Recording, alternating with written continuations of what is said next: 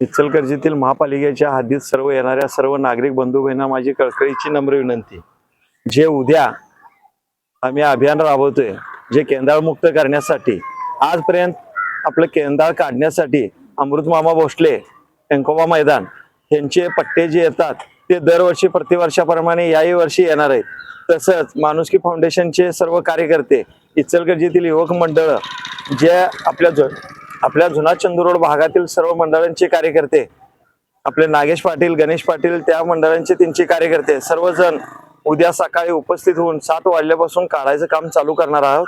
आणि सर्व नागरिकांनी, बंधू बहिणींनी व युवकांना एक आव्हान आहे, मोठ्या संख्येने जास्तीत जास्त लोक आपल्यासाठी म्हणजे नदीवर जी पोहायला येणार आहेत ती सर्व ते म्हणजे भागातील केंद्रमुक्त करण्यासाठी, इचलकरंजी केंद्रमुक्त व्हावं त्यासाठी एक 4 दिवसाचं अभियान आम्ही राबवतोय। सर्वजण उपस्थित राहा ही माझी कळकळीची नम्र विनंती। जय हिंद।